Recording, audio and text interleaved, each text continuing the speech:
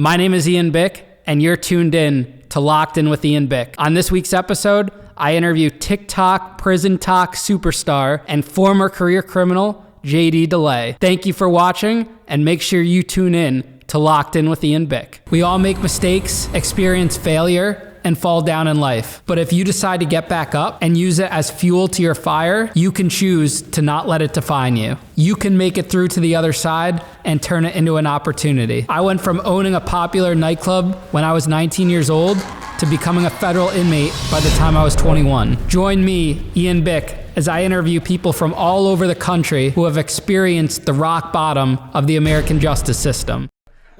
JD DeLay, the man, the myth, the legend, one of prison TikTok's biggest stars. Actually, honestly, you're just like one of social media's biggest stars in general. Thank you for coming on the show today. It's an honor, and I'm glad you're in your normal uniform. Those nipples are hard as shit over there. I wish you guys could be here right now to see those. They're like pecking out. You've lived quite a crazy life, like absolutely crazy. You've been through so much. And you really, like, you have this amazing life now. You put out so much positive energy. Anyone that sees you on social media falls in love with you, falls in love with your message. But before you got to that point, you had to get through some very serious stuff. I mean, you essentially became a career criminal. What was your childhood like growing up? How was life for you at a young age? Okay, so look, I want to be really clear about this. My parents are amazing. They're still in my life. They've been the most supportive, amazing parents. They did like everything right. If I could choose the man that I want to be, it would be my father. And my mother is just an amazing person. Like I may look like this, but I'm still a mama's boy at heart, right? But so somebody when I was 6 years old molested me, and that sent my life on a different trajectory than I think it would have been if that hadn't have happened, which is part of why I'm so passionate when I talk about sex offenders and pedophiles, why I've perpetrated a lot of violence against them, why I'm talking about it as much as I do, trying to raise awareness. I also try to talk a lot about the stigma surrounding men, and particularly young men, who've been sexually assaulted. When that happened, I was 6 years old, and right around then was when I started acting out. And my parents didn't know what was going on because I didn't tell them what had happened. I didn't feel safe. I was raised in a very religious home, and I had this whole stigma and thought in my head that it made me gay, and that there was something wrong with being gay, and that I was gonna go to hell for that. So I just kind of kept it inside, and it manifested in bad behavior. And they took me to a doctor. The doctor said, oh, he has ADHD.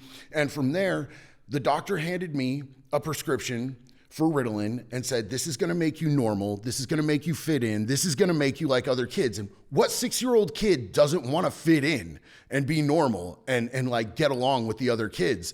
So that, I think, later on in my life gave me an affinity towards stimulants and manifest in a really severe methamphetamine addiction. I can't even imagine, being that age and having something that traumatic happening to you. And then like a lot of people that watch your social media videos, they don't even know that part about you. I try to be as vocal about it as I can. I started out, I didn't even really cognitively process what happened to me until I was in my early 20s. And like a light bulb went off when I was in rehab because, from the time that I got started on the Ritalin and then I moved to other drugs like street drugs. For a long time, I just did what I call hippie drugs, marijuana, psychedelics. And then it sort of progressed into, some Molly and ecstasy, ketamine, cocaine, stuff like that. It was a progression and it went for quite a while. It wasn't until I sobered up as an adult that I actually realized cognitively, like this was a thing that happened to me. This had a huge effect on me. I was actually in rehab and I had a panic attack about it. And they sent me to a psychologist. I was diagnosed with PTSD. And this was long before I'd ever gone to prison. So, it really wasn't something that I was able to even grasp or tackle at the time. And that's a common thing for kids when they're sexually assaulted, for them not to really be able to handle it or grapple it until later on in life. At what age are you fully blown addicted to drugs? Well, I didn't meet that white girl, methamphetamines, until I was 23 years old. Why is she called a white girl? That's just on the streets. You call it that white girl. There's that white girl. There's some people just call it girl. And then heroin or opiates are often referred to as boy. So, when I took that first hit of meth, it was absolutely like something clicked. I was like, this is it for me. I like literally discontinued the use of any other drug. And I just went all the way down the rabbit hole with it because it felt so familiar from having that feeling as a child when that doctor gave me that prescription.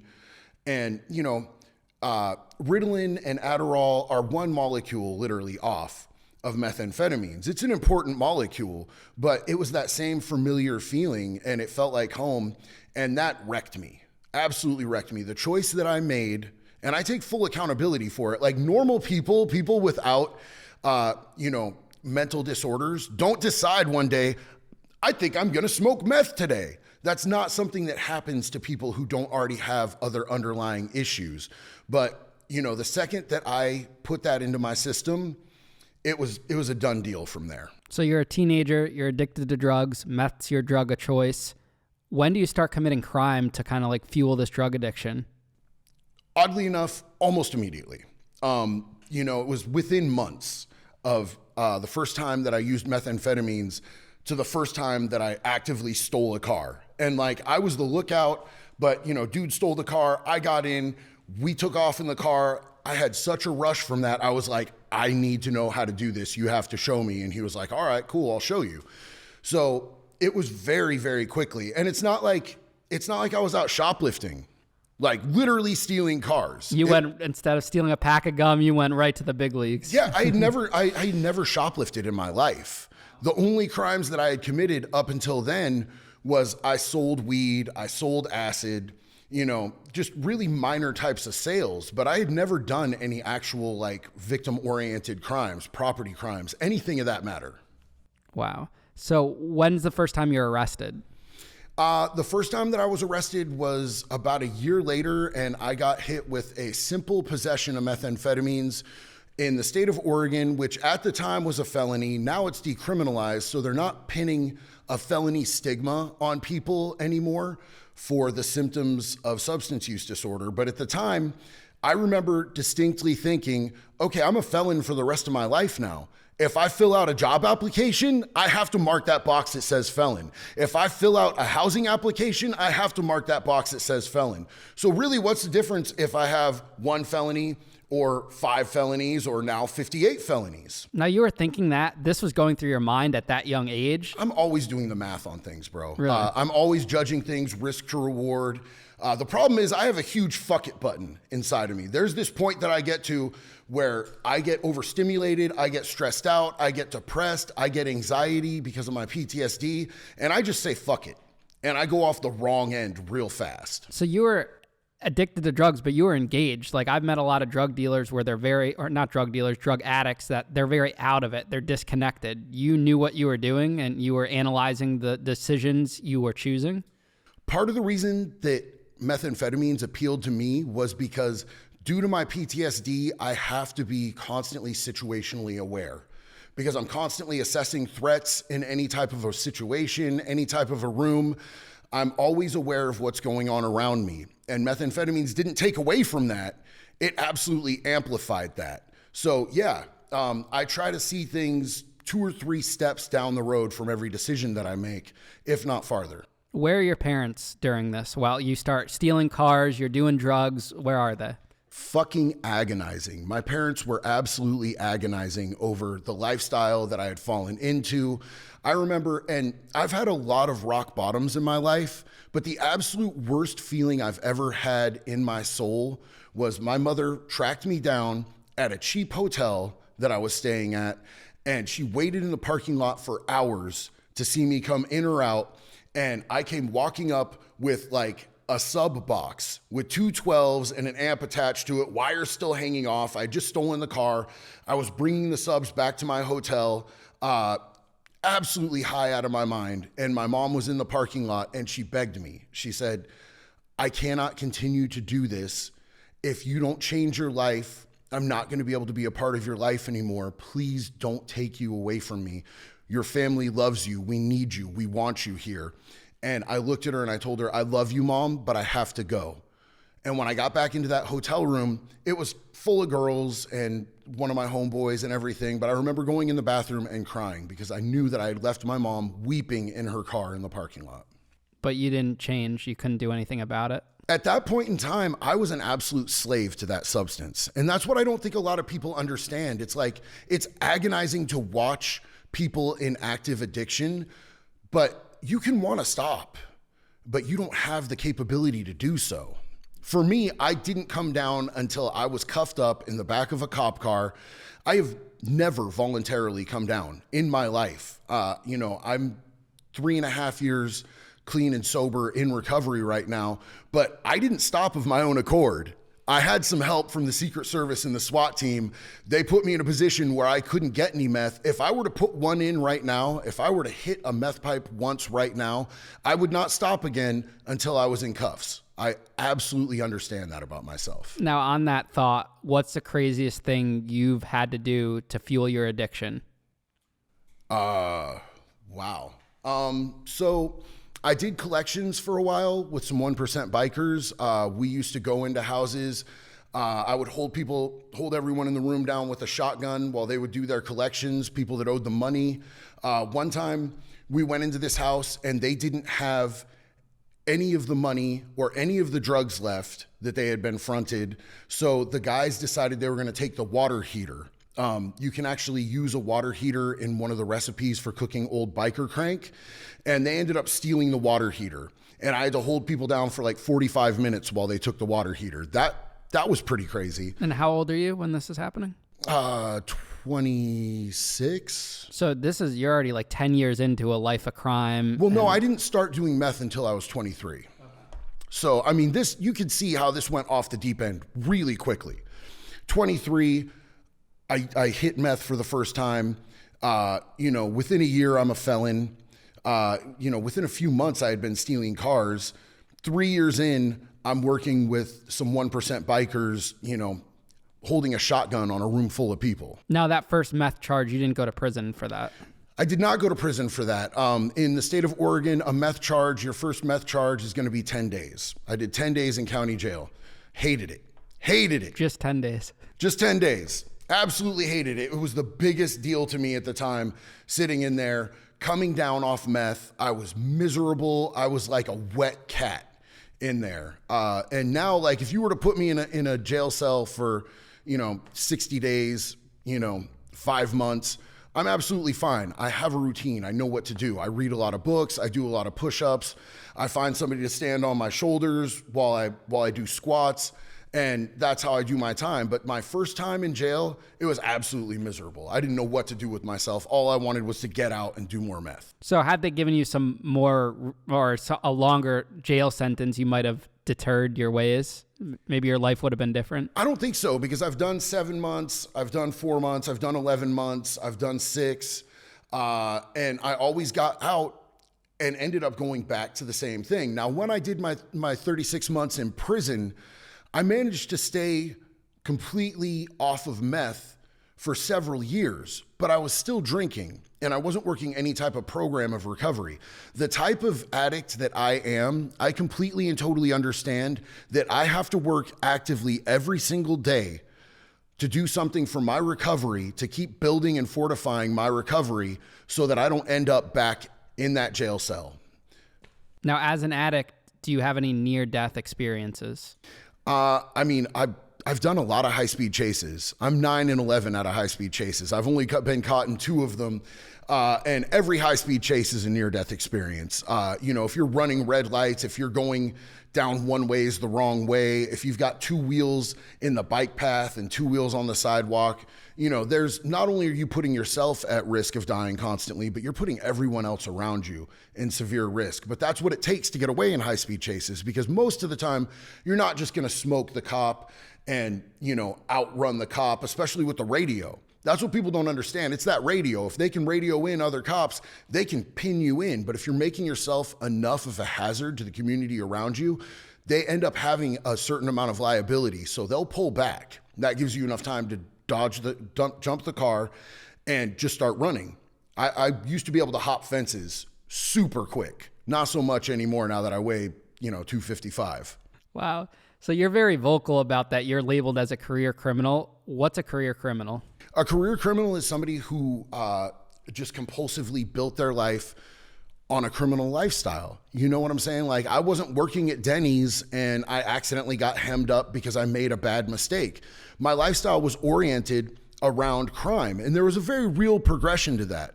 I started out stealing cars. I realized that was a terrible lick. It wasn't working for me. So I started selling drugs. And at a certain point when I started selling drugs, like hard drugs, it became obvious to me the people around me that were selling drugs were starting to get busted more and more and more, and it felt like the task force was closing in on me. So I decided I had to change everything up. I had to stop messing with the people that I was messing with, and I had to find a new hustle, basically. So I had a friend that was doing fraud and doing very, very well for himself, and that's what I started doing. I asked him to teach me what was up with the fraud that he was doing, and it started out really rudimentary. You know, we were printing up payroll checks. We would get somebody's payroll check, try to guesstimate the number on the check for what, you know, the next check number that would have been unused might be. And we would print out checks and then we would send people to cash them. And it was super hit or miss. So I ended up landing on credit card fraud, and we were printing up IDs, printing up our own credit cards. There was a million different ways that you can make money when you're doing credit card fraud. It's not like, you know, $500,000 worth of fraud like you, sir, but shooting at me now. Oh man, shots fired. JD, this episode's about you, man. It's not about me. All right, bro. Fair enough. Interesting. Okay, so have you ever had any really crazy like drug deals gone wrong, or drug exchanges when you were picking up as an addict or selling, or anything that you did around drugs? Okay, so I've never told this story before anywhere except when public speaking, but I had a plug for a while, and just so you know, a plug is somebody who's your distributor. They're the person that you're buying from, who had threatened one of my friends that was a female. She owed him some money. He didn't like that. He said that he was gonna put her in a cage and burn her with a torch. So this dude, I was having this dude come meet us at the hotel room, and he was super late. And I was like, yo, one of my friends had a pit bull and he had a cage, and I'm like, yo, bring that cage over here. So we got him to the hotel. I put him in the dog cage. I made him take off his shoes. He had some really nice Nikes on. I didn't want him to mess his Nikes up because there was still dog shit in the dog cage. And I had him take off his shoes. I took his wallet, I took his phone, I took his dope, I took his scale, and I had him in the dog cage for several hours while I sold all of the dope that he had on him. I sold to his customers, I sold to my customers. Right in front of him. Right in front of him. I made him watch. And I did that partially as a lesson that you don't threaten women like that, and partially as a lesson not to be 6 hours late, man. Are you kidding me? I had customers calling me. He said, I hit him up, I'm 5 minutes away. Cool, I can get to you in 15 minutes. And then they're calling me half an hour later like, what's up, man? This is really unprofessional. I got customers too. So it holds up the whole chain of supply, and it was costing me money. So it was like a 2-part lesson that he learned. And at the end of it, I even let him keep his shoes when I let him go, which I felt was gracious. It's so interesting how, one, not only how self-aware you are of like the environment and the people surrounding you and your actions, but how many principles you are kind of abiding by as like this criminal. You wouldn't expect that. I know people make fun of like criminals in jail. Like you'll see on videos, they're talking about how criminals or felons in prison have all these rules. And it's like, oh, well, you know, why do they have all these rules that they like to abide to in prison? And here you are out there committing crimes, living by these set principles. Look, there's a code of conduct for convicts. There's a difference between convicts and inmates. And convicts live by a code. There's certain set principles that date way back to when the Irish started gangs in this country. And, you know, the Italian mobs and mafia abided by these codes. And they were very important. They were very prevalent. They were rules that you lived by that not only helped you in your career as a criminal, but they also helped the community, and they helped separate people, basically the men from the boys. And that's what I always chose to live by. Now, a lot of people don't choose to live by that anymore. There's a lot in today's culture that glorifies snitches.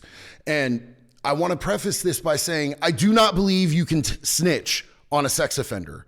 I don't think it's even possible. If someone is hurting a woman or a child, anyone, anything like that, if it's a sexually based crime, there's no snitching. Run that. It's all fair game, because the rule above that is no women, no children. And I think that like broadly opens up to the disabled, the elderly, anyone who's weaker in society. You don't fucking cross that line. But when it comes to snitching, it's glorified these days. And it's just rampant. You've got dudes like 6ix9ine, and he's still making records. He's still making money. I don't know why that dude is breathing. Wow.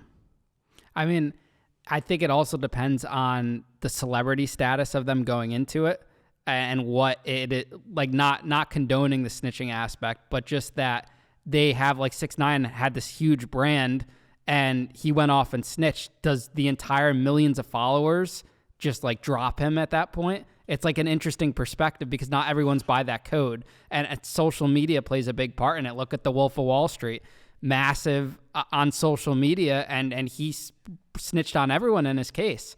It's just like a really interesting perspective on that. Well, and here's another part of that. So I don't believe that a civilian can snitch. If you're a civilian, if you're not in that lifestyle, you're not a snitch. If somebody steals your car and you call the cops, that's what you're supposed to do. That's how you're going to get your car back. If somebody breaks into your house, a civilian's supposed to call the cops to get their stuff back, to report that crime. That's not snitching. But if me and you go commit a crime and I get caught and you don't, and they offer me time off of my sentence, and I put you out to dry, that's some cold shit. That's some coward shit. That's heartless. Yeah, when you sign up to do a crime, you know the consequences. It's so funny. Like, I'll read comments about 6ix9ine, for perfect example, and they're like, oh, if you were facing 40 years, you would snitch too. But it's like he knew what the consequences were signing up for that, to get involved with that. It's not like he was thrown into that and then snitched his way out of it to get out of it. He knew signing up. He either knew signing up, or he was so ignorant and stupid that he was just out there doing crimes, not knowing what the consequences could be. Like, here's the thing for me, as a career criminal, I always knew what the consequences could possibly be. And I judged everything on a risk versus reward system. If the reward was big enough to make the risk worth it, then I might proceed. If it wasn't, I wasn't going to do it. I always knew what I was going into before I went into it. Now, there's situations and variables that can happen with every type of crime. Say me and you go do a burglary, and we're just planning on breaking into these people's house when they're not home, and we're going to steal something. We know where it is. It should be easy, right? Cut and dry. Say those people come home. Say somebody's asleep in the house. We didn't know.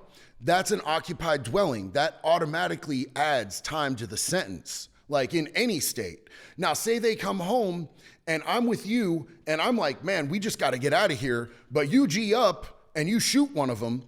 I'm just as culpable as you are in that. I'm going to get that big boy time on that just as much as you are, because we're committing those felonies together.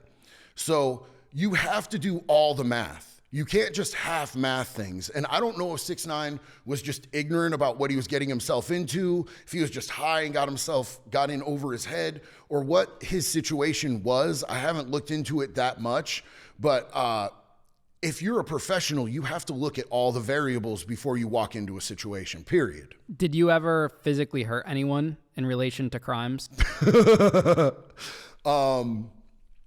That's on record. Anyone that you physically hurt anyone on record? Nothing on record. I've never had a violent crime. Okay. On record. Okay.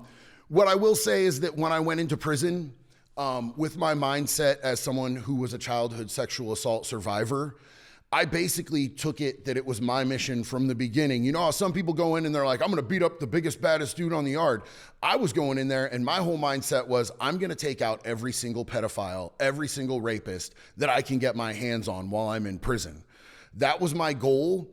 And then I got there and it started to just look like sand at the beach. There were so many people who were down on funny style charges with just horrific stories behind them.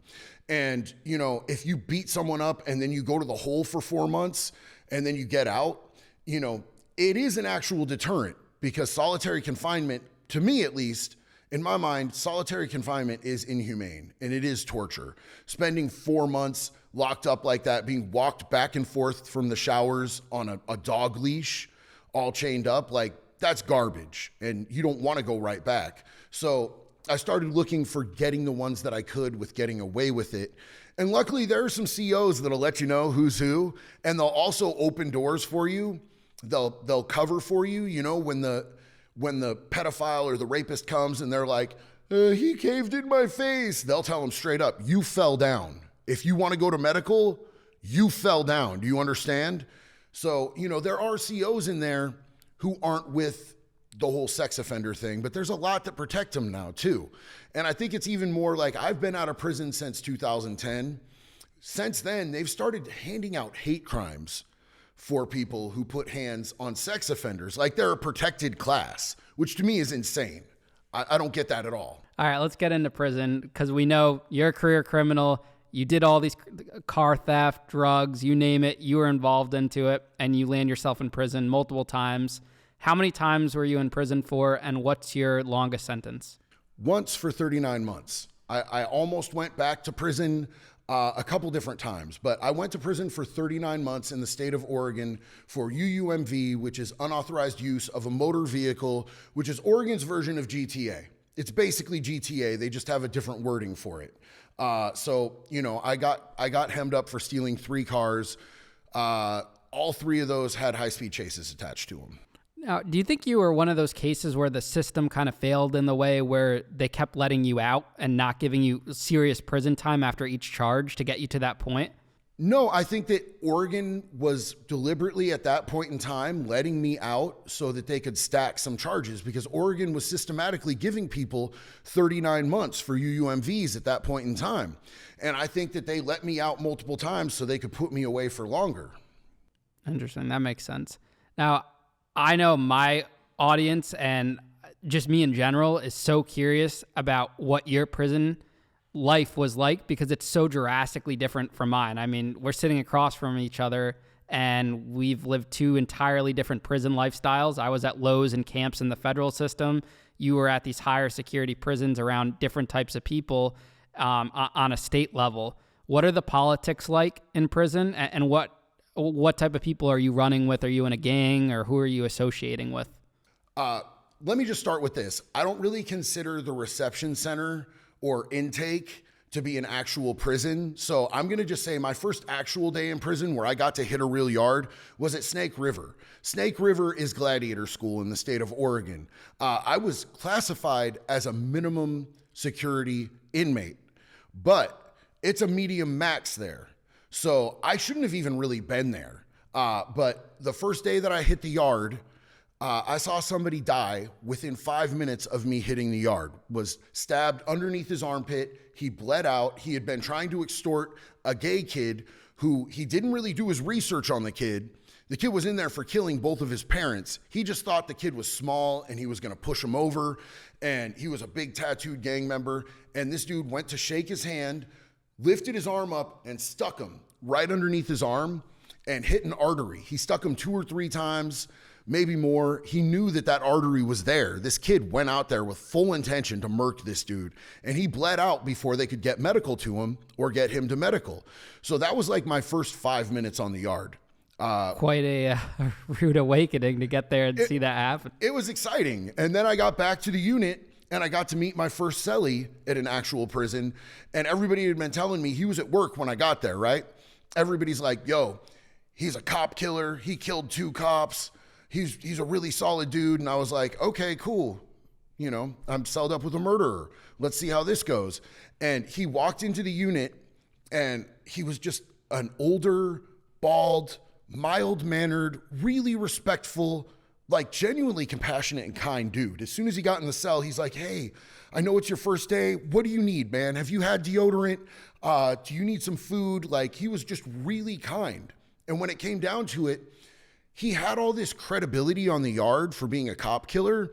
He was remorseful. It was a vehicular situation. He was in a high-speed chase and he ended up smashing into a cop car, and I guess a couple cops died. And he was not proud of the situation. But if you're going to get yard cred in prison, being a dude who he was like 5'4", 5'5", if they're going to give you credibility and respect off something, it's kind of a no-brainer. You just take it. You know what I'm saying? Yeah. If you saw someone like me on the yard, white, nerdy kid, maybe a little chubby, young looking, what do? What's your reaction? So look, there are tons of people like that, and everybody's going to go through a paperwork check. I'm going to check your paperwork just like I'm going to check the dude who comes in with face tats, tatted all down the back of his head, saying he's a gang member. I don't care. You're going to get paperwork checked. What's the process of checking paperwork? Walk me through a situation. Okay, so, I mean, you always want to gauge things differently with different types of people. It's a read the room type of a situation. So you see me walk into the room. Look, here's how I tried to deal with it the majority of the time. I would walk up with my paperwork. I would put it down on the table. I would say, this is my paperwork. This is what I'm here for. I need to see your paperwork right now. And as long as your paperwork came back clean, and we're just talking, I mean, we're not going in depth. I'm not reading your case, but if you're not down on sex offenses, then, and it's your first day, then I'm going to ask you, cool, man, what do you need? And we're going to try to take care of you. That's how it kind of worked where I was at in state prison when I was there. I don't know what they're doing a decade and a half later. You know what I'm saying? But how long did they have to show their paperwork? Immediately. So right immediately. On. So everybody they just get off the bus. They got to show paperwork. Everybody who comes into state prison in Oregon has their paperwork. And what happens if the paperwork says they're a sex offender or a rat? What do you do? Well, so look, it depends on the situation. If they're a sex offender and they're not in my cell, I'm going to lay it down to them. Like, look, you're going to have a really hard run here. This is not going to be good for you. You're going to get fucked up a lot of different ways. You can reduce how much you get fucked up, though, by paying me. Because you can pay me not to fuck you up. I'm not going to protect you from everybody else, but you can pay me not to fuck you up. And if people know that you're paying me not to fuck you up, they're not going to take you off mainline because then they'll be fucking with my money. So you'll probably still get the shit kicked out of you, but you won't have to go to the hole, and it's very likely that no one's going to kill you. So. And that was morally okay in your mind? Like to protect them in that sense? Well, that's just kind of the climate that was going on there. But you can only do that if you are a gang member. Like, that's how it worked with gang members. Now, if they put a sex offender in your cell, that's 1,000% go time.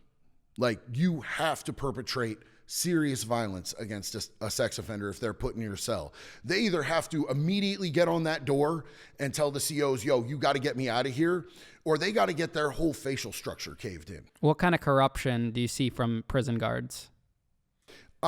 Corruption or hustle? Either one. I mean, like, either one. I was a career criminal at the time. I was still looking for ways that I could make money while I was in prison. So a lot of people are like, oh, that guard's bringing in tobacco. That guard brought in meth. That guard brought in phones. Bro, that's opportunity. That's opportunity to me, not corruption. Like, the whole system is corrupt. The way that everything works in the system is based off of capitalizing on human misery. So if I'm locked up and I can get a CO to bring me in packs of Marlboros for $50 a pack, they're paying $5 a pack. They're getting $50 a pack. I'm making $250 off that pack. As far as corruption, like, you know, the whole system is set up to bank on human misery. So there's a lot of people in there with mental health issues, with substance use issues, that they should be getting treatment. They should be getting taught life skills. They should be getting ready to go back into the community because the majority of these people are there on minor crimes and they have outdates. Now, how do you want your neighbor to come back out of prison? A worse criminal, hardened, beaten, and traumatized into being more of a threat to the community around them? Or helped, like shown the way to recover, shown the way to be productive, shown the way to operate in society without hurting other people? It's the system that's corrupt. What's something you've had to do in prison that you're not proud of, but you had to do to survive and went against your moral compass? I had to put hands on one of my best friends. So I didn't go in a gang, but when I went into prison, in the intake center, they do an assessment on everybody.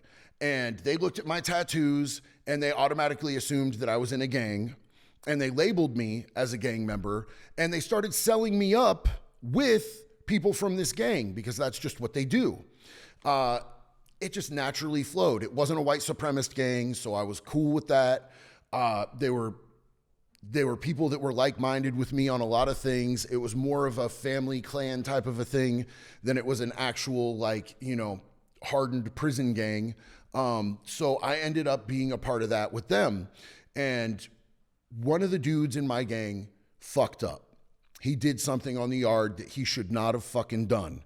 And we either had to let the other gang that he had done the disrespect to fuck him up, or we had to fuck him up. And I lived in the same cell with him, so I just figured it was my responsibility to take care of his violation with him. So we went in the cell. He knew it was coming. I kept it entirely respectful. What do you mean he knew it was coming? He knew that we were fighting when we got back into the cell, because the way that this worked with this situation, the only place that we were really all together at the same time was the chow hall. We had our own table at the chow hall. We actually had 2 tables at the chow hall. And I wanted to put it to a vote as to how we should handle it, because it was important to me that everybody was on board. If we were going to do a move against one of our own, everybody had to be on board. Otherwise, it would cause strife and division. We put it to vote. So when we went back up to our cell, we already knew what time it was. And it's just you and him in the cell? Just me and him in the cell. And he ended up with a really big portion of his face, black and blue, and fucked up. And he gave me a shiner too. So he fought back. He fought like a G, bro. I was proud of him. He was smaller than me, which was part of the issue that I had with it. If he had been my own size, I wouldn't have felt so bad about having to do it. But really, in the end, it's like, these dudes aren't going to play fair with you. If we don't handle it, we have to let them handle it. That's just all there is to it. That's the politics. Are you like a prison enforcer, so to say, of your gang? No, I was. So at the time at OSP, I had gotten there, and the dude who had the keys to the gang got punked out. A dude from another gang came and literally called him a punk in the chow hall. He worked in the chow hall. Called him a punk, called him all sorts of other stuff I'm not going to say on social media, told him he wanted to fight him right then and there. And the dude who had the keys in my gang that I was in backed down. So we went out to the yard. We all met on the yard, and I like left my unit when I wasn't supposed to. I was on D block, and we didn't have yard with E block. But I went out there so we could all talk and vote this thing up as to how we were going to handle it. That's how we handled everything. We voted on it. And we voted that he had to be taken out. And at that point in time, I had the most time in, and I ended up being handed the keys. I didn't want the fucking keys, Ian. I did not want to be in charge of making the decision as to which one of my brothers has to go handle this violent situation, go to the hole, spend 6 months in the hole, maybe spend 18 months in IMU. I did not want to deal with any of that shit. I just wanted to kind of be there and do my thing. It wasn't on my agenda to end up having the keys to my car. And it just kind of happened that way. So I wasn't as much of an enforcer as I was somebody who was, I don't even, shot caller, essentially. I hate that term. It doesn't really apply to the organization that I was a part of, because we put everything to a vote. But, you know, there has to be a head to it. And so that's the situation that I was in. Are there situations, like before you became the head of this group, were there situations where they said, hey, you got to go after this guy and he's a lot bigger than you, you know, stronger, whatever, and you're faced with that? So I had been told that I had to go handle business a couple of times, but it wasn't anything that I was really worried about. And one of those times, I should have been worried about it. The dude kind of fucked me up a little bit, and I underestimated him. Another time, I ended up fighting one of the dudes in my own gang, and he was absolutely smaller than me, and he fucked me up pretty bad too. Like it was not an equal fight. The other smaller dude that wasn't in our gang, he fucked me up, but I still fucked him up more. The dude that was in my gang, he was significantly smaller than me, and he minced me. And I still fought back, and we had a good fight. But yo, rest in peace, Lloyd Frock. That dude, I got all the respect in the world for him. He got out of prison, man, and within a few months, he was in Southeast Portland, and he was walking one of his kids to school, and he got shot, killed, walking his kid to school in a drive-by within a few months of getting out of prison. Wow, that's crazy. Now, you're put in the shoe multiple times as a leader of a gang in prison. I'm sure you're in and out of the shoe. What are some of the crazy stories of why you were put in the shoe? I saw something on TikTok about how you were in the shoe, you got out, you were looking forward to some new food, and you had to do something to put you right back into it. Let's hear about the shoe in the state prison. Okay, so the shoe in state prison, I went at Snake River, and I also went at OSP. So I've been to the shoe in both of those different places. I don't know how it is in any of the other joints in the state. I would say that OSP was like a much nicer environment. Like Snake River's shoe was very Lord of the Flies. It was very dirty. It was super well lit. OSP's shoe, at the time when I was in the shoe there, they'd just been remodeling Death Row and then remodeling the Hole. So we ended up I was housed in Death Row in Overflow. And that's where I did my time in the Hole when I was there. But it was still the situation where, you're in the cell all day long. You get like 2 to 3 showers a week, just depending on what the guards feel like doing. And if they hit you up about it when you're awake, a lot of the time they'll walk in the unit at like 4:30 in the morning and they'll go, showers. And then they'll turn right back around. Because they don't want to do it. Because they don't want to deal with it. Because like the policy and procedure is that you can't come out of that bitch unless you're cuffed up. And like at Snake River, they walk you on a leash. At OSP, I never had them walk me on a leash, but you have to back up. You have to, put your arms through the tray slot at the cell door, and then they bring you out and they take you to the shower and they put you in there. You put your arms back through the tray slot. They uncuff you, and then you get I think a 3 to 4 minute shower. You never know what temperature the water's going to be. The showers in there are tiny. So whatever temperature that water's coming, that's what you're getting. And you can't get away from it. It's not like you can step away to avoid the water. A lot of the times it would be ice cold. A lot of the times it would be scalding hot. It was never a pleasant situation, but you wanted to do it because, you're only getting 2 or 3 a week. I never once saw any type of rec time offered. And I know that they're legally entitled to certain amounts of rec time, even when you're in the shoe. I never saw it. But you kind of go insane after a while in there. Whether that's temporary or whether you just come back by degrees, I'm not sure. I mean, I'm pretty fucked up, but. Now, why were you put in the shoe these times? There were different things. One time I got a tattoo and it got MRSA. And the MRSA climbed all the way to my armpit. My whole arm was lit up with MRSA all the way to my armpit. And my cellie was my tattoo artist, and he goes, bro, you really have to go. That's not going to get better on its own. And I'm like, yeah, I don't want to go to the Hole. He's like, I don't really care. You have to go, bro. That's moving for your heart. You're going to die. It's going up your bloodstream. So I go to medical, and the lady was like, oh my God, I feel so bad for you. That looks terrible. We need to get you on some stuff right away. And I'm like, does that mean you're not going to tell the COs and I won't get written up? She's like, no, absolutely not. You're definitely going to the Hole. So I did that. Another time there was a dude that supposedly had snitched on somebody from my gang who was at another institution, and he was on site. I happened to be the first one that saw him.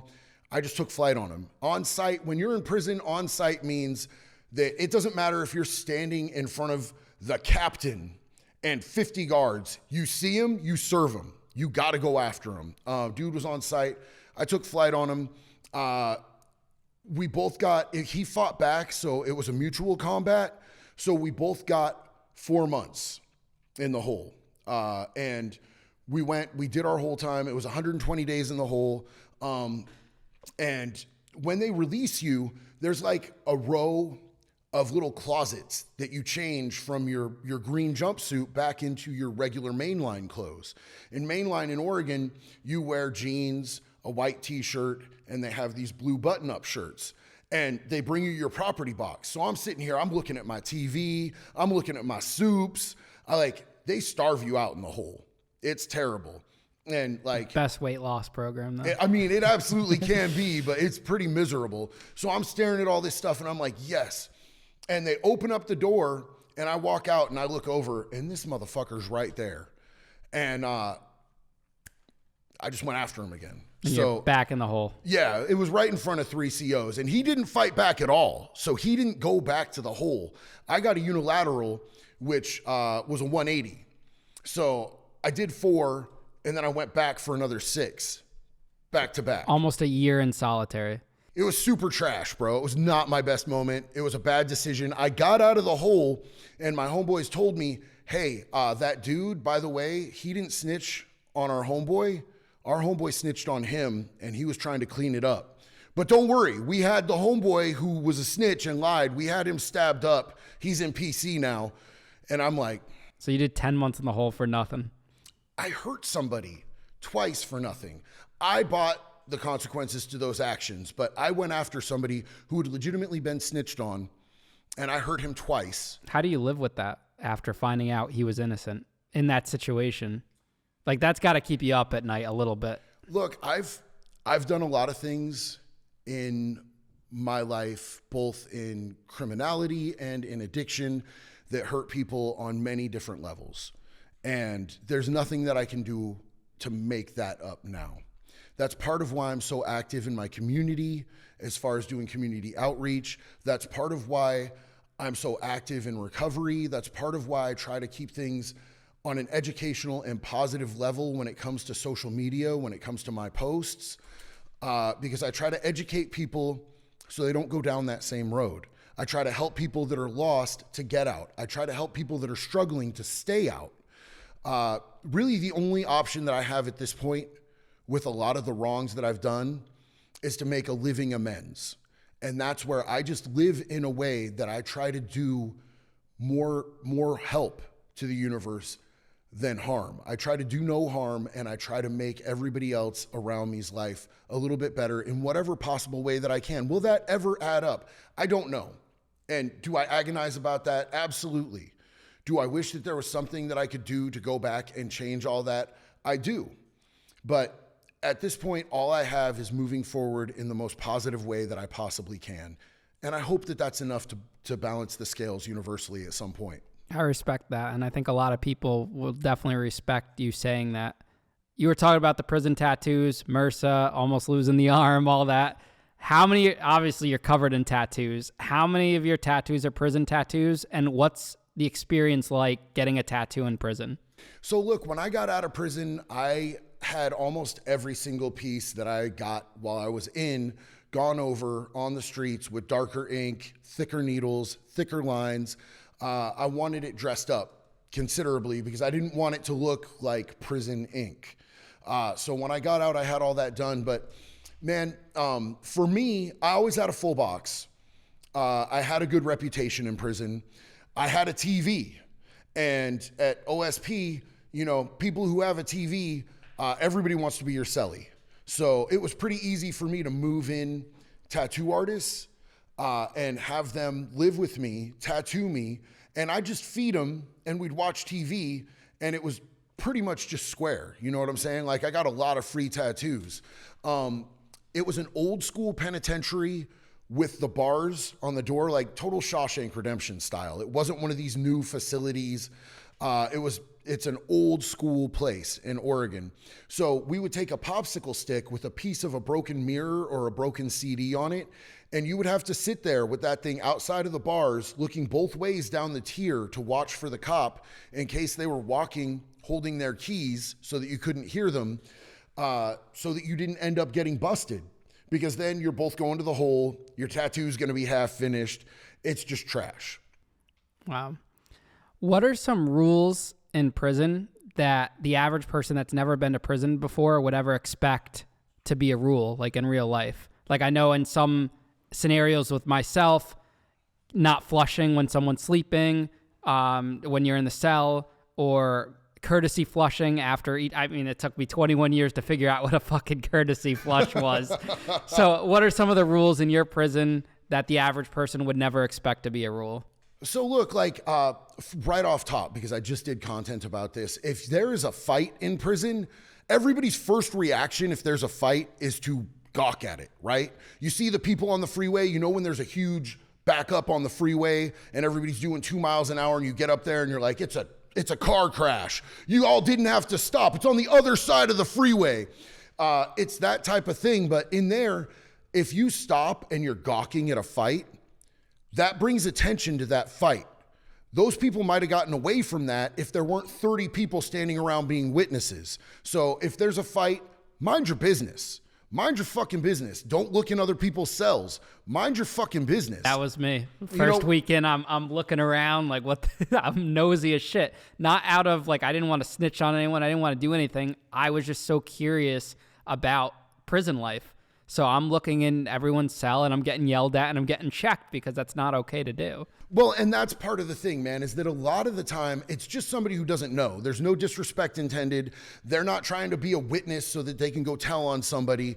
It's just that they don't know. So like if somebody's doing something like that, it's always been my opinion, we bring them up. You know what I'm saying? Bring everyone around us up, educate them, let them know what the expectation is so that they don't get in a wreck. You know, there's a lot of dudes who just want to go after people and disrespect them and punk them out the first time that they do something. That's never been me. It's like, hey, homie, like, I don't know if you're aware of this, but we don't get down like that here. And let me explain to you why and everything so that you don't end up doing that to the wrong person and getting fucked up. Because people get fucked up in there for stupid, petty shit. I had a cellie actually in Multnomah County Jail, and this was a younger kid. They put me in the cell with him, and his whole face was black and blue. And I was like, immediately like, yo, did they just put me in with a sex offender? Did they put me in with a rat? He showed me all his paperwork. He was there on some simple type of shit. It wasn't a big deal. And I'm like, so what happened to your face? I don't want to talk about it. I'm like, well, you're going to fucking talk about it because I need to know who the fuck I'm celled up with. And he said, look, the last dude they had in here told me I had to sit down to pee. And I thought he was joking, man. It's my first time ever in jail. It was my first night. And I got up in the middle of the night and I was taking a piss, and all of a sudden he grabbed me by the back of my head and started slamming my head into the brick, screaming, you gotta sit down to pee, motherfucker. You sit down to pee in here. And I'm like, whoa, I never want to be that dude. You know what I'm saying? Like, this was just a young kid. I think he was actually there. He was like 23 or 24. I think he was there on some child support non-payment. That could have been me. And he got his whole shit caved in, bro. Like, I guarantee you his face has permanent scarring from that dude over not sitting down to pee, which that's another prison rule. You had asked about prison rules. That I got celled up with a lifer who that was one of his rules. And you know what? I'm a tourist here. I'm doing 39 months. If I'm living in your home and you're going to be here forever and I'm doing 39 months and you tell me that I have to sit down to pee, bitch, I'm going to do it. I got no problem with that. I guess there's like a piss radius, like a missed radius when you pee standing up. And he didn't want to live with that. It's his house, man. What's a day in the life like in prison for you? What's your routine on a day-to-day basis? Routine is get up, do breakfast, go back to the cell. I mean, it depends on if I have a job or not. I refuse to work inside institutions. I don't care. You're not going to get me to do it. I don't even care if it's one of those cool industries jobs. At Snake River, they have, and here's another thing about the corruption. At Snake River prison, they have an AT&T call center where they're using prisoners for slave labor in a call center, and they make like $1.20 a day. Ooh, I don't care. I didn't come to prison because I want to work for not enough money. I came to prison because I want to get the big money by hustling fast, and that's what I did in prison too. But, you know, there's the call center. At OSP, they have a furniture shop where people make furniture. They have all different types of ways that you can make $1.20 a day. But if you're working in the kitchen, you're going to make like 30 cents a day. The fuck I'm going to do with 30 cents, bro? You know what I'm saying? Run that up your ass. I'm not doing it. So what's your biggest prison hustle? Biggest prison hustle? I mean, so like, I don't play cards at all whatsoever, but we made good money off of a dude that was running a pinochle table, and we got a percentage because if people didn't pay, we insured that. And, we would fuck people up. We would get the money one way or the other. It was going to happen, but we got a percentage off that. Extortion is a huge hustle in there. I didn't like extortion very much. I didn't fuck with it as much because I don't want pedophile money. It was against your morals. At that point in time, I had a pretty seared conscience, bro, to be honest with you. Like, I wasn't operating out of like the heart that I have today. But even then, at my grimiest, it felt dirty and I didn't like it. A lot of it was getting tobacco in. Tobacco was a huge hustle because you cannot legally smoke in prisons in Oregon. So if you can get a CO to bring you in packs, you can bust that down into 2 for $5s all day long. And every cigarette, you can make like 5 cigarettes out of it. So what's the currency? How are they paying for the cigarettes? Sometimes they were doing the green dot cards. If they wanted like to buy packs, I'd buy a pack for 50. I'd sell it to them for 150. Or sometimes, just canteen mainly. They sold protein powder in canteen in Oregon prisons. And it was like $30, I think, for a bag of protein. And it was probably the most garbage. It was that knockoff shit. Just like dog food ass protein powder. But I thought I was doing something in there. So, I would get, a lot of protein, a lot of coffee, soups and envelopes. They didn't have the tablets and the email. You could not, when I was in there, you could not email nobody. So envelopes were pretty solid currency. You walk around with a stack of envelopes with the stamps already on them and feel like a baller, fanning them out in your cell like you're flexing on Insta. They didn't sell individual stamps. They just sold the envelopes. They sold the envelopes that came pre-stamped. Gotcha. Yeah, we had the books of stamps, so people would have like stacks of books. And if they were holding onto them for a while, like you would pull them out. It's rubber banded. Like picture like, $100 bills. This was like 100 books of stamps. People are just wadding around. So you get out of prison. You put this all behind you. You get out, but you can't stay away from crime. You go into the counterfeiting business. I got to hear about that. Okay, so no, when I got out of prison, I did really well for a few years just drinking, but I wasn't working a program of recovery. I wasn't doing anything for myself to build myself, to heal myself, to deal with my past traumas, and to put myself in a better situation or direction in life. I was just kind of numbing out with drinking. So when a situation arose where I was being cheated on and I figured out that I was being cheated on, it was just an instant reflex to me. I don't want to feel what I'm feeling right now. How do I turn these feelings off? And I started lighting the bull from the bottom again. So trauma has always influenced your decisions. Trauma has been a huge trigger for me. Like literally the pull of gravity type of trigger for me. I ended up relapsing on the meth, and I ended up getting into 2 different cases in the state of Oregon. The first case was a UUMV. Amazingly enough, it was another car theft case. And I ended up beating that, even though I was completely fucking guilty. 100% guilty. I was able to concoct a story that built enough reasonable doubt within 12 jurors of my peers. You went to trial. Oh, I ran that bitch all the way, bro. They were talking. So originally, when I got sentenced for my UUMVs, they were giving me 13 months for each of them. All of a sudden, they're talking about 5 years. I'm like, run that up your ass, dog. Wipe that all over your chest, bro. Sing it for me, dog. I'm not doing that. So I went to trial with a jury, and I was dead guilty, and I ended up winning. What's it like to hear not guilty when you know you're guilty as shit? What's that feeling like? I didn't believe it. I had to look at my lawyer, and I said, does this mean I get to go home? And he looked at me, and he said, shut up. The judge is still talking. Paid lawyer? Or? Paid lawyer, yeah. I had a really, really good lawyer on that case, and he didn't even see the angle that ended up helping me get off. So unauthorized use of a motor vehicle, in the way that it's written in the state statute, you have to move that vehicle for it to be use. Otherwise, it's just unauthorized entry. You could start the vehicle, you could be in the vehicle, you can do whatever. So they charged you wrong. They charged you wrong. Well, they didn't have a witness saying that I moved the vehicle. They had a witness saying they saw me in the vehicle. So I was able to build enough reasonable doubt with the jury that they could not find me guilty of that. So, and I lied, man. 100%, I didn't like the consequences of my own actions, and I took the stand, and I did some bitched up shit. I lied. Like, it's not something I'm proud of. It's not something that I would do today, but in my mindset then, I used to have a saying, if you tell a cop the truth, you're lying to yourself, because you're going to get yourself fucked up. You were looking to save yourself. We've all been in that position where you have to do what you have to do to save yourself. Absolutely. And I wasn't going to tell on anybody else, but I was damn sure going to lie about me doing anything. So I got out, and I had every intention, man, because I had this like come to God moment in this holding cell while the jury was deliberating. And I'm like, God, if you just get me out of this, like, I'll do anything. Like, I'll never touch meth again. I'll never steal another car. Shit, I won't even smoke cigarettes. You know what I'm saying? But you're lying through your teeth right there. If you would have given me a polygraph test at that point in time, I believe I would have passed it. I believe that I would have passed it because I didn't want to live that life anymore. I didn't want the consequences. I didn't even want the lifestyle. Like, I felt sick about where my life had gone and what I had become.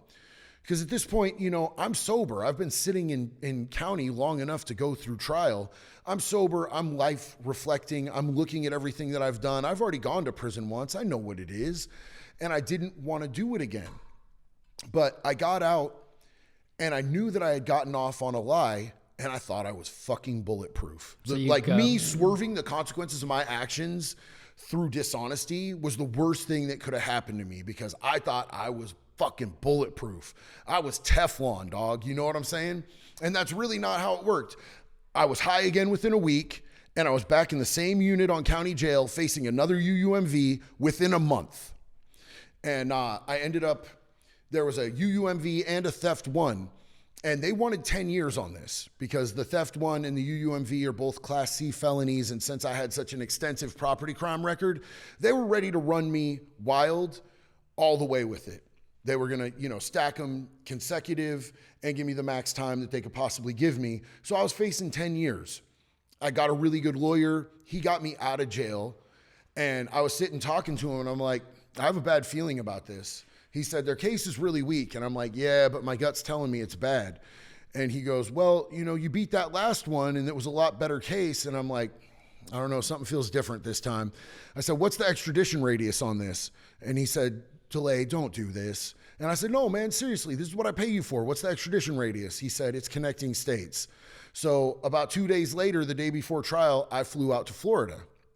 And I was a fugitive from justice for 8 years. Wait, so you could live in Florida and they couldn't get you from Oregon? Bro, I went through jail multiple times. The whole time I was on house arrest.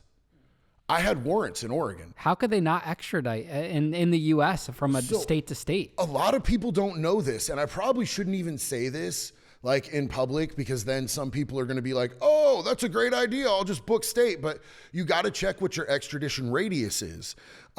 Oregon has, like, for Class C felonies, Oregon usually has connecting states radius for extradition. They won't come get you past the next state over. And also specifically, Oregon and Florida, like, Oregon is a very blue state, Florida's a very red state, and they've had some sort of like economic beef where they haven't done business with each other for years. So Florida was a very safe state for me to move to. So you get out, you go to Florida, and you're back into crime. What do you do? I did good I did good in the respect that I wasn't doing meth and I wasn't doing crime for about 3 years, but I was still drinking heavily. I never had a serious period of time where I was like sober, I was working a program, I was in recovery. Even when I'm not using meth, I'm still drinking myself half to death all the time. I might not be out committing crimes, but if I go out to drink and somebody says something sideways, I'm knocking them the fuck out. You know what I'm saying? Like, I wasn't living in a proper lifestyle. But about 3 years in, I relapsed on meth, and I didn't want shit to do with stealing cars anymore. So I started selling dope, and it turns out that I'm really good at selling fucking dope. You went to the big leagues. Dope sells itself, first of all. Like, a lot of people like act like it's fucking hard to sell dope. It's only hard to sell dope because you're stupid, bro. Dope sells itself. You don't live by a code. You don't have rules that you follow, and that's why you get fucked up. I sold dope for a long time on a major level, without getting fucked up. But there was just so many people around me that were snitching, so many people around me that were getting busted. I just had this bad feeling. Like I felt like they already had done a controlled buy on me. And so I switched to fraud. And then, you know, I did the fraud for a while. I got busted by the Secret Service and the SWAT team. The Secret Service was there because we had branched off into counterfeiting a bit. I met up with one of my friends who had just gotten out of prison for fucking counterfeiting. This didn't turn into a federal case, though. No, the feds didn't want to pick it up because there was not substantial enough amounts. You got lucky. Well, did I though? Because you had microwaves and saunas and hot tubs and sofas. I mean, when the audience finds out that you only got house arrest from this whole thing, you skip out on Oregon. You're a career criminal. You land in Florida. You're selling some serious drugs. You decide one day, I don't want to sell drugs anymore, and you get into counterfeiting, and then you get house arrest. Tell me that's not lucky, JD. Look, man, I got blessed and graced far beyond what I deserve. And that's part of why I constantly feel that there's a need for me to give back in any way, shape, or form that I possibly can. Because I did a lot of scumbag shit, man. And I was in a really bad place in my life, and that's not an excuse. My actions hurt a lot of people around me. My actions hurt the community around me. So anything that I can do to better the communities around me now, I'm going to do them. But yes, I probably did get blessed that didn't go federal. What year was this that you got arrested for the counterfeiting? 2019. 2019, that's your most recent case. And so look, man, let's talk about that. 2019 is when I got busted for the counterfeiting. How old are you then? 41. Yeah. So I get busted for the counterfeiting and the organized fraud because I wasn't so much involved in the counterfeiting. Like I was doing a little bit of like helping my buddy out. I rented us both rooms on a dummy ID with a dummy name, with a dummy card. And I had all the credit card stuff in my room and the ID printing stuff in my room. I never wanted to be involved in counterfeiting because it brings the attention of the feds. And that's exactly what the fuck happened. So we got hemmed up with that, and they gave me like some crazy like $58,000 bond. I bond out. I go back to Daytona. I'm like literally working at a bar, sober bartending, going to treatment. This was the first time that I really embraced that I had a fucking problem. And if I didn't fucking fix it now, my life was never going to be shit. So this was the moment you decide you want to turn your life around? Absolutely. And I'm facing less time for this shit than I had faced on other situations. What do you think it was? Why were you triggered now that you want to get your life together? Man, I'll tell you what, in 2019, I tried to kill myself twice. I had tons of dope, tons of girls. All these people were my fake friends around me. There wasn't a single fucking gadget that I wanted that I didn't have. Like I had access to whatever and nothing made me feel good anymore. The drugs didn't make me feel good. Money didn't make me feel good. I didn't want shit to do with the girls around me. Like nothing made me feel good or whole or happy. And I just felt like it was going to be like that for fucking ever. And so I tried to take my life twice in 2019. For some reason, it didn't work. And I'm super grateful that it didn't work because I never would have known the life that I have today. But I was so desperate and hollowed out and empty inside that objectively, from a career criminal standpoint, I was doing the best I'd ever done. But like emotionally and spiritually, I was fucking dead.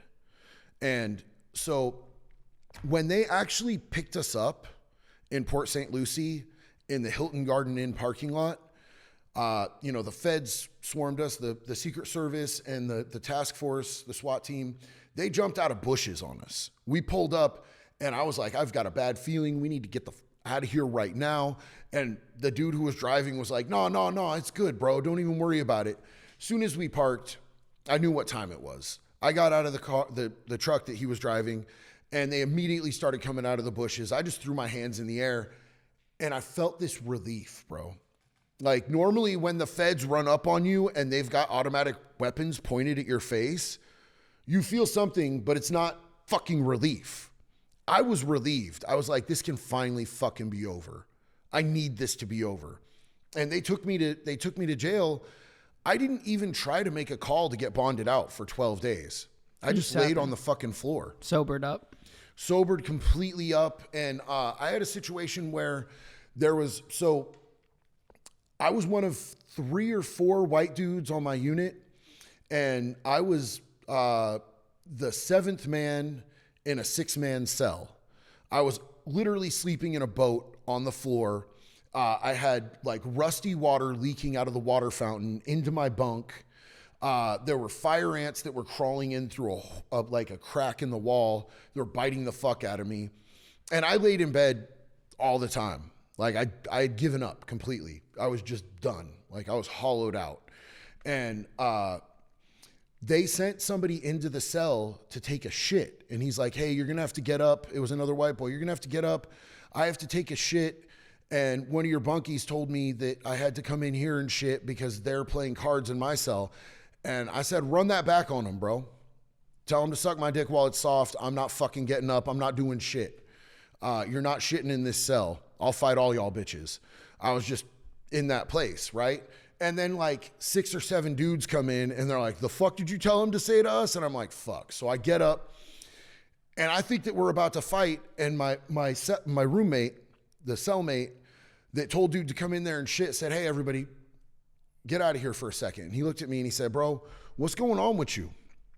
And I said, I don't give a fuck. He said, no, you give a fuck. Something's going on with you. Where you at with God? And I was like, bro, there ain't no motherfucking God. And he sat and talked with me for like literally 7 hours.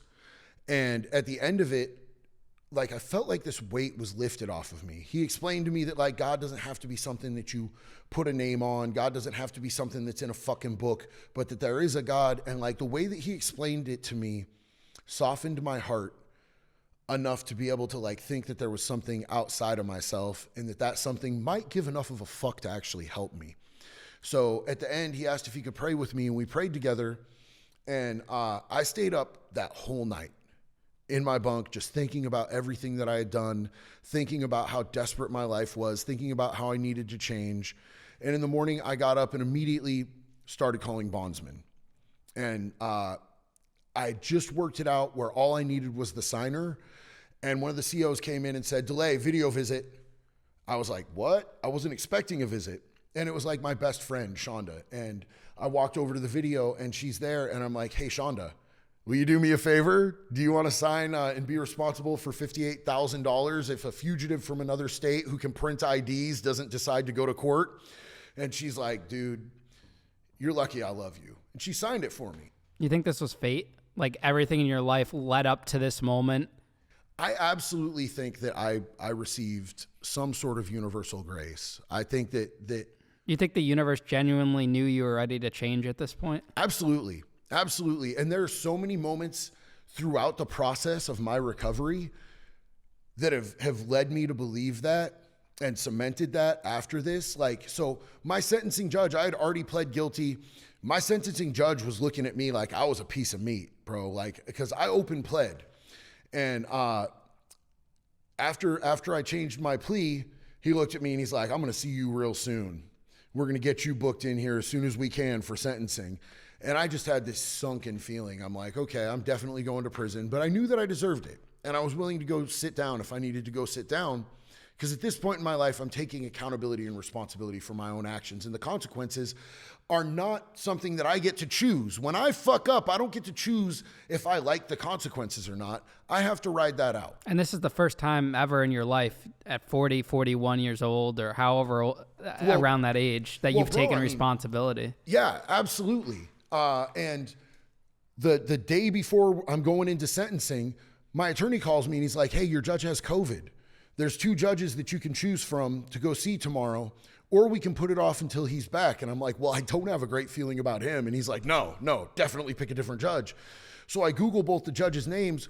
One of them is the drug court and mental health judge. And I'm like, that's our guy, because I'm going in. By the time I went in to get sentenced, I'm a recovery coach. I'm a peer support recovery specialist. I'm a smart recovery facilitator. I work at an outpatient and I work at an inpatient. So I've been actively doing Narcan distribution, and I've started a nonprofit to raise funds for people in early recovery to get mental health help in our community. And I was able to go in and show them all that.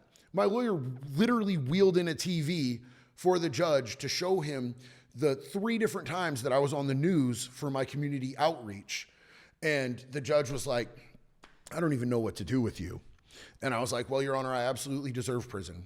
I own that. I did these things. I take accountability. If you give me prison right now, I respect it. But if you wanted to give me some sort of amended sentence like house arrest where I can continue to work in my community in a positive way and to build my life and my recovery, I would appreciate it. But whatever you decide is up to you, and I'll respect it. And that's exactly what he did. But he told me, he said, be sure you don't want to just take the prison right now. He's like, I'll give you 2 years in prison right now, or I'll give you 2 years house arrest. But if you come back in front of me, if I see you before you're completely off probation or ever in this courtroom ever again, I'm going to run you wild. He's like, do you know how much exposure you have on this? I'm like, it's a long time. He said, yeah, I'm going to max you out and I'm going to run everything consecutive if you ever come back here, boy. And I believe him in my heart of hearts. I know that dude would break me off. JD, that's awesome, man. I mean, there's so many people that are deserving of a second chance that don't get it. The judge will throw the book at them at that point. And the judge had every reason, knowing your history, knowing your background, to throw the book at you, and they didn't. And you've been able to change and come out on top of that. And that just, you don't hear those stories every day. So it's heartwarming to know that you were given that chance and you've been able to run with it. What was house arrest like for you? House arrest was amazing for me. I got to continue doing work in my community. When I went into to court and I got given house arrest, I had 11 sponsees. Like, what were my sponsees going to do if their sponsor got thrown into prison? They were going to have to start over from the beginning with their steps and everything. I got to build my clientele with recovery coaching. I got to continue to work at this outpatient treatment center, running classes that I was very passionate about. And most importantly, I met the love of my life while I was on pretrial. And I told her, you should not get attached to me. I'm going to prison. Like, from the start, I told her I was going to prison. And she refused to let go. I told her, when I go to prison, you need to move on. She's like, that's never going to happen. I got married while on house arrest. No temptations to use again either? So look, there have been 2 situations that I think absolutely would have derailed me in the past. Like, I know for a fact in the past, if I wasn't working a program, I would have been entirely derailed no matter what I was doing in my life other than working the program that I work. My service animal of 13 years, my dog for my PTSD, she passed. She was blind, diabetic, had heart problems. She was old. She lived a full life. She passed right in my arms in the house while I was on house arrest. As soon as she started to suffer, I had somebody come out and put her down. And I was very lost without her.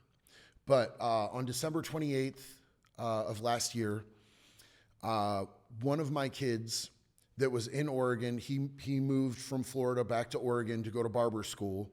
He graduated barber school shortly after Christmas, and he got a really good job lined up at like the coolest, hippest place in Eugene, Oregon to get your hair cut, Analog Barber Shop. He went out to celebrate. There was some drinking, and somebody offered him some cocaine. It had fentanyl in it, and he didn't make it. And I know beyond the shadow of any doubt that if I wasn't aligned with my program, if I wasn't aligned mentally, spiritually, and physically with where I need to be in my recovery, that I would probably be dead already. I'm sorry for your loss, JD. Thank you, brother. I appreciate it. Wow. I mean, I can't even imagine to go through that, to go through those losses. I feel like in your life, it's been traumatic experience after traumatic experience, but it just goes to show the growth. All your previous traumatic experiences have led to relapse, but you've gone through a traumatic experience. Losing a child is unreal. It's an unreal feeling, and you've been able to hold it together. What's kind of kept you grounded in that? Look, here's the thing that it boils down to for me, is that I know that it would be the most disrespectful thing that I could possibly do to my child's memory, to use that as a permission statement for me to bitch up and to numb out and not feel what I have to feel and process and go through to honor his memory, because his memory deserves my pain. His memory deserves my grief. His loss deserves me feeling every inch of that. And if I were to go back to drinking or to doing meth, that would be disrespectful to him. And I would be a bitch for that. My recovery coaching business is called Hardcore Recovery for a reason. Yeah, what do you do now? What's the recovery? So I own my own recovery coaching business, Hardcore Recovery Coaching. I own Convict Clothing, which is a clothing line based on my life experience and some of the rules of being a convict as opposed to being an inmate, the conduct of criminal code. I have a non-for-profit that raises funds for people in early recovery to get mental health services. I run a Narcan distribution network in Daytona Beach where we actually go out into the hard hit areas that are like most affected by the opioid epidemic there. And we hand out Narcan, we hand out free socks, we give people snacks, and we offer them resources right on the spot. We've had countless times where we'll go and approach people and we'll be offering them these things and they'll be like, I want to change today. And we can take them to detox because of the networking and the connections that I have in that recovery community there. And as soon as they get out of detox, we can put them into a sober living program where they can get extended help. So that's been really cool and vital. And in your free time, you're this polarizing social media figure. You've been banned on TikTok almost twice now. And it's really crazy. TikTok bans you, and then you come back swinging, make a new account, and you're almost at 500,000 followers, probably close to 1 million across all your platforms. What made you decide to get into social media? So the thing is that I never meant to be a content creator. I worked during the pandemic. I worked for a local media company doing camera work and editing and a little bit of production. And when the war in Ukraine started, I never wanted to be on TikTok, but I wanted to see the ground footage that people were posting on TikTok from the war in Ukraine because I don't trust anything that I see on the media. So I joined TikTok and I ended up putting out a few little videos, and one like 15-second video hit like 2.5 million views. I was literally about to get tattooed on house arrest in Florida, listening to Limp Bizkit, drinking a Monster Energy drink, and that's all that the video was. And it went all the way up. Like, it went hard. And like Fred Durst commented on it. One of my favorite musicians, Nothing Nowhere, commented on it. And I was like, this is cool, man. This is great. So then I started talking about recovery and a little bit about my history and background as a criminal and going to prison. And it just built and it snowballed. And I got a call from one of my friends, Jessica Kent, who told me, why are you doing everything just TikTok? Like, you're not posting on any other platforms. She said, you should be on YouTube doing full length, because then you can really get into depth about what you're talking about. And you would be able to build like a solid audience on a platform where they're not going to take your platform away, because it only took a few months for me to get to 280,000 followers on TikTok. And then they took it away. I got banned for making too many jokes about murking pedophiles, which is something that I still do. I just do it a little bit more low key. And so I started my YouTube and it just kind of snowballed. It's taken off. All the stuff that I'm doing on Facebook has been doing really well. And it's like Jess said, people just kind of take you as the internet's big brother. Yeah, why do you think people resonate with you so much? I mean, the average person has not been like a career criminal. They haven't stolen cars. Obviously, a lot of them have struggled with addiction, but all the other crazy stuff you've done, that doesn't really fit their profile. Why are they drawn towards you? Look, I think that a lot of it has to do with the fact that I just don't do bullshit. I am who I am. I take accountability for the horrible things that I've done. I've done some horrific shit, bro. I've hurt people. I've caused a lot of damage, but I take ownership and accountability of that, and I've moved forward in the best possible way that I can. And a lot of it is just the way that I see things. Like, I don't do racism. I don't do homophobia. I embrace everybody. I try to love everybody, and I want to see everybody win. Like, in my view, we're all connected universally, and what's good for you is good for me, is good for them. And I just like to be a unifying positive force in the universe, because I was a negative force in the universe for so long. So for me to be able to do that is super gratifying to me, and I think other people see that. And I think that that's attractive to people because there's so many people who build their platforms on sensationalism, where they're bolstering things up, or on fear, or on division, because those things sell. Like, the media has proved it. That's the type of shit that sells. And like, I have some pretty horrific stories, and I'm honest about it, but they're real. And I'm not trying to glamorize anything. I'm not trying to make myself look like anything that I'm not.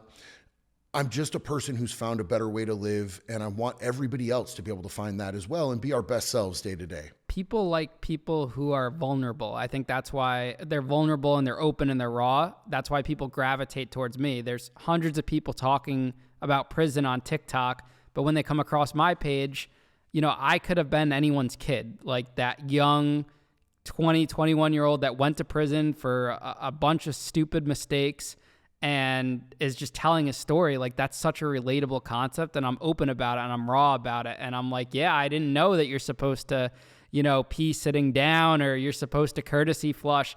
And I didn't know you're not supposed to look in people's cells. And I'm just like so open about that. And people very much relate to that aspect of it because it's like a different twist than what, say, someone like you gives them in that regard.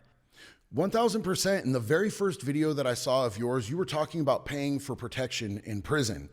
And a lot of people have done that, but most people aren't going to come on social media and be like, yeah, you know what? I was fucking scared in prison, because prison's a legitimately fucking scary place a lot of the time.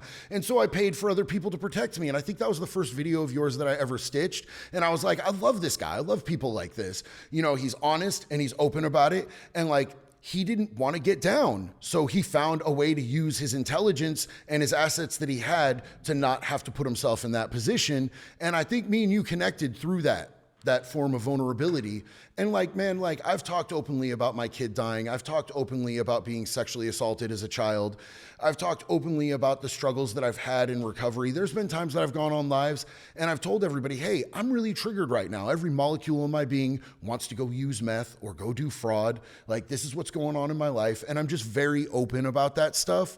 And people always receive that really well. Now that you're becoming like this big social media influencer, what kind of DMs do you get? I get some wild DMs. I'm curious kind of like what DMs you are. I know you're in a relationship, but I'm sure you browse through them or see them. What are those like? I don't look at my DMs unless somebody gets my attention in a comment and says, hey, like, I need help. Can you look at your DMs? And even then, it's hard for me to get through them all, to be able to find specific DMs. Do you have a lot of women chasing after you? Not that I see. I'm very married. Like, I don't know what type of married other people are, but I am super fucking married. I love my wife. She's my best friend. I'm with her constantly. Like, she literally rode out house arrest with me. Like, she was on house arrest as well. She modified her life to fit my life so that she could be of the utmost support to me and the utmost service to me while we were both going through this situation together. That type of loyalty you will never find twice. Plus, the fact of the matter is that she's just the raddest, dopest, kindest soul I've ever met. So that's great, JD. If there's stuff like that going on, I don't really see it. I get called a DILF sometimes. A dad I'd like to fuck. My wife had to tell me what a DILF is. Dead ass. I was like, I think this dude just called me, do I look like I give a fuck? And I think he's drunk or something. And she's like, what? Let me see that. She goes, bro, he's calling you a dad he'd like to fuck. And I'm like, oh, well, I was really rude to him. And I feel like he complimented me. That's fucked up. What do you think is the infatuation with the bad boy prisoner? Like, men are obsessed with that. Women are obsessed with that. What do you think it is? Knowing that you've met a lot of criminals. You yourself were a criminal. I'm a criminal. The women like that. Why is that?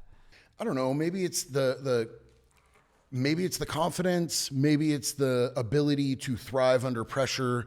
Maybe it's that we know how to navigate certain situations and we conduct ourselves in ways that just project that confidence. You know what I'm saying? Like, somebody who's been to prison out here on the streets, what are you really going to do to me out here on the streets? You going to shoot me? Okay, cool. Run that shit, bro. There were people in OSP chasing people around with needles full of AIDS blood to try to stab them over $30 weed debts. I don't give a fuck. Shoot me. I don't know. Maybe it's mommy issues and daddy issues. I'm not sure. What do you know about drugs now that you wish you knew back when you were first starting to use them?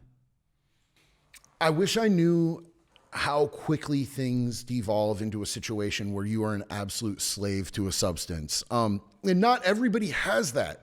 There are people who can dabble, they can put their toe in the water, feel if the water's warm or not, and they can walk away from it. But you never know if you have something inside of yourself that's going to operate differently in your brain with the neurochemistry of your brain, and it's going to rewire the neural pathways of your brain, and you are going to become absolutely enslaved. And like, I don't want to be a slave to anything. Like, I don't want to live that type of lifestyle. I don't want to wake up in the morning and the first fucking thing on my mind is that I have to get fucking high. And I'm going to chase that all fucking day, every fucking day, especially with my drug, because you rarely ever sleep. So you'd be up 8 days at a time just chasing that fucking powder or dust in a bag. It's an empty fucking life, man. All right, JD, last question for you, and it's the most important one of our conversation. What is your message to the person that's struggling with addiction, going through a life of crime, struggling with loss, traumatic experiences? What's your message to them? What do you want to give to them? My message to people out there is that you are worth it, that I believe in you. Things can get better, but they only get better if you put in the work. And sometimes that takes surrendering yourself to something outside of yourself, because you're going to have to relearn how to live and how to do everything differently. And when you have been doing the same thing over and over for so long, you have literally worked neural pathways into your brain that aren't natural, healthy, or sustainable for yourself. And your mind will literally send a signal that's instinctual. It's an instinctual thing. Human beings are just animals. We are a human animal. And one of our biggest instincts is to survive. So when you have worn neural pathways into your brain that tell you that you need a substance to survive, it's gonna be the fight of your fucking life to get off of it. But it's literally life or death right now, because the drugs on the streets are fucking killing people. And it's not just the fentanyl. There's the iso, the tranq, the xylazine that are Narcan resistant. It is literally a death sentence to be out using street drugs right now. But I believe in you and you're worth it. Reach out to someone, get help. JD, thank you for coming on today. Thank you for sharing your story. I'm excited for the world to hear your story and who you are as a person. There hasn't really been much content of like all of your stories put into one. And I'm excited to share that with the world. You have a great inspirational story, and hopefully it saves some lives and inspires others. So again, thank you for coming on. And honestly, I was most afraid of you out of all the prison TikTokers, but I think you're kind of, no offense, maybe you're a little more bark than bite, because you're like a teddy bear when you get to know the person. But no, I love you, JD. You're like a big brother to me, and I'm excited to see our relationship develop, see where you go, see where both of our businesses grow. And maybe a year from now, we'll sit down, we're in like a big studio in New York City or something, and we'll have another conversation. But JD, I wish you the best, man. I love you too, Ian. Thank you for this opportunity, man. You are family to me. I'm friends with your dad now, so I hope you like the deal. I'll be over for Christmas. Awesome, guys.